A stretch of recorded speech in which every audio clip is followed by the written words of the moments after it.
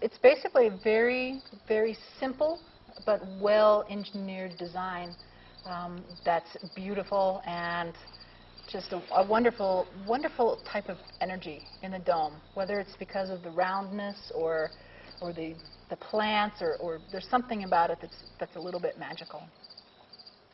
Hi, I'm Chris Hallstrom. I'm here with Bree Peterson. We're here in a 52-foot Growing Spaces grow dome. So we thought we'd just kind of show you what's going on here. Bree actually runs this greenhouse now, as well as an outdoor garden next to it as part of this 2-acre food production system. And we'll just talk to you a little bit about some of the features and why we love the domes. So, Bree, what's the top made out of, the glazing as we call it? We have a polycarbonate panels that we got to attach on ourselves with the help of a crew. Kind of wood though. It's Douglas fir wood, and then the hubs where each one connects is steel. So it's a very, very strong structure. It's a geodesic dome, so it comes as a kit. It's not one you'd want to tackle by yourself, certainly this big, but the smaller ones you could. As we look across the dome, you'll see the silver stuff. What's that about? Well, it works as a reflective. When the sun in the summer is high in the horizon, it actually works as a shade for the tanks that are here. And then in the winter, when it's low in the horizon, it reflects the sun into the tanks. And we've also painted them a dark color to absorb the sunlight as well. The Reflectix material also acts as a little bit of insulation, since this is the north side of the greenhouse. So it's a really well-designed system in the dome. The tanks serve as thermal mass. The soil in the beds help the thermal mass. So we don't anticipate that this greenhouse will need any heat all winter long, and she'll be able to produce all sorts of wonderful things for people to eat all winter long, which was the goal. Correct. Just a couple of other features.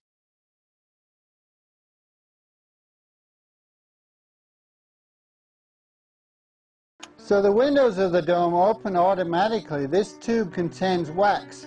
When it gets hot, it pushes out a piston, opens the window, and when it gets cool, it's spring-loaded so it closes. The undersoil heating system consists of a fan that blows hot air through pipes buried in the soil. And the pipes go all the way along under the soil bed, and they emerge on each side by the water tank. But it's basically a very, very simple but well-engineered design that's beautiful and just a wonderful, wonderful type of energy in the dome. So what do you have planned for this winter? We're in a transitional phase right now. Our melons and our squash and zucchini are going by, and we're going to be replacing those with peas and lettuces, kale and chard, some broccoli, mustard greens, Asian greens, the cold hardy crops. Yeah. And then why do you have flowers and things other than attracting beneficial insects? Is there another reason for those? I like them. Exactly. So it's kind of the benefit of growing in your own dome is that you can have what you want. And Bree was on my farm, and we are permaculture oriented, so having beautiful things around is really part of the whole routine. Well, Chris had to leave, but I get to come and ask you questions, Bree. But I want to just say, this is so beautiful. I mean, look at this bounty. This is all your winter crops already growing? Yeah. Right? But we are going to a farmer's market tomorrow, and we'll be selling that produce there. Scallions, cabbage, cauliflower, broccoli, celery, the cold season crops. Yeah. And then you're going to plant some of that in here, or are going to? Yep, we actually have some broccoli seedlings started and lettuce started. Oh yeah, look at that. Isn't that pretty? Pretty lettuce. Look at this. These gorgeous morning glories. I mean, it's not like, it's like you're an art piece. We're just being here. These are all sitting, all your little babies are sitting on top of this water tank. Huge. Yeah. There's 2 huge water tanks here. The water tank is actually an excellent area to start your seedlings because it's really warm right above the tank. And so it allows them, for the seed to come up a lot easier with the warmer warmer temperatures, so it'll help warm up the soil. And then we can move them over to these racks where now the tomato plants are being trellised to, and where they'll get more sunlight. So you put them on top of those racks? After they've sprouted, we move them up over there I see. where they get more sunlight. I see. Yeah. Okay. And what I see you've got, what, some algae in here? Yeah, we have algae, and we actually have fish. I mean, there's life in these tanks. You can't really see through here, but the water's quite dirty looking, but it's alive. And we can actually take this moss and dry it, and then we will put that on the beds, crumple it up, and sprinkle it for fertilizer. And what are the fish eating? They're just eating the plants that are growing and the algae that's inside the tanks. I'd like to say you've got these two tanks holding the heat, partly. Yes. What I love is that everything has multiple purposes in here, that you've got a whole system that's working together. How do you water all of your beds? Well, it's been an issue. I like watering by hand because I like taking 10, 20 minutes out of the day to actually go through and water and look at what's happening in the greenhouse. Which keeps you in touch with exactly. who's doing well.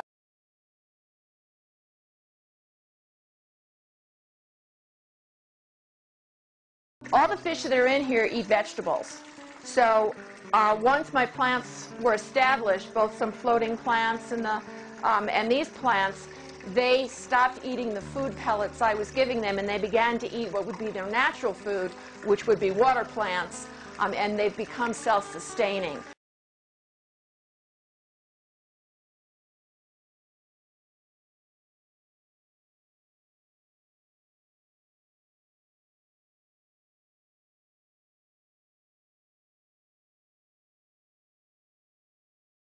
And then we're probably going to put a sprinkler system in next, or more of a mister type from the ceiling in the summer. So when it's 90 degrees in here, that will help cool it down. Yeah. We have pretty clay soils here, but we've added a lot of compost and alfalfa and organic matter to the soil. And actually, that's a good question, is what do you do for your compost? Is that outside? It is. So we have a lot of table scraps from all the veggies that we're eating, so that's going into our compost. We also have chickens, we have goats, so we're using their manures and mixing it in. Alfalfa, leaves, all that outdoor waste, as people like to refer to it as, we take it because it's great in our compost. Yeah. So we have medicinal plants in here as well. Yeah. The flowers are doing great in here. These will probably go until December or January. It won't really ever freeze in here. And if it does, it'll drop maybe to like 30. So most of the things in here can handle that, most of the plants. Tomatoes will be growing until December. The peppers will be in here till December. But then there's not quite as much light in here at that time of year, December, January, February. So when we have less light, we'll take out the tomatoes and peppers, and we'll have lettuce growing underneath at the base of all those to provide light for the plants that can grow better with less light. You really could do something like the jungle, a canopy of different layers. Definitely. I can imagine that given you're concentrating light in here and warmth and moisture, all of them above, you may find yourself, when you start growing bananas, let us know. You kind of do have a bit of the tropical feel. Yeah. Well, we have an option of doing like a solar hot water exchange with the water tanks. And that would just provide a whole nother climate in here, microclimate, where we could do more tropical type items like bananas or mangoes. Pretty wild to think about, isn't it? Mangoes in Colorado in the mountains. With no heating bills. It's using technologies well, wisely. So tell me, while I'm digging out my carrot, you mentioned relocalization. Yes. What does that mean to you? Relocalization is providing and buying food locally. Everything, to the meat that you eat, to the vegetables that you eat, even grains. Relocalizing even where you're buying your tools for your garden. Try and buy everything within a 100-mile radius, or sometimes you can't always do that, but I'm just thinking about where things come from and how long it took and how far they had to travel to where you are. Well, I would think that relocalizing here, you're starting to be a model for how can we feed ourselves. Exactly. And as many businesses that can support that and doing your canning yourselves, I mean, I think food is the best place to start. A, we all need to eat. And two, it's beautiful.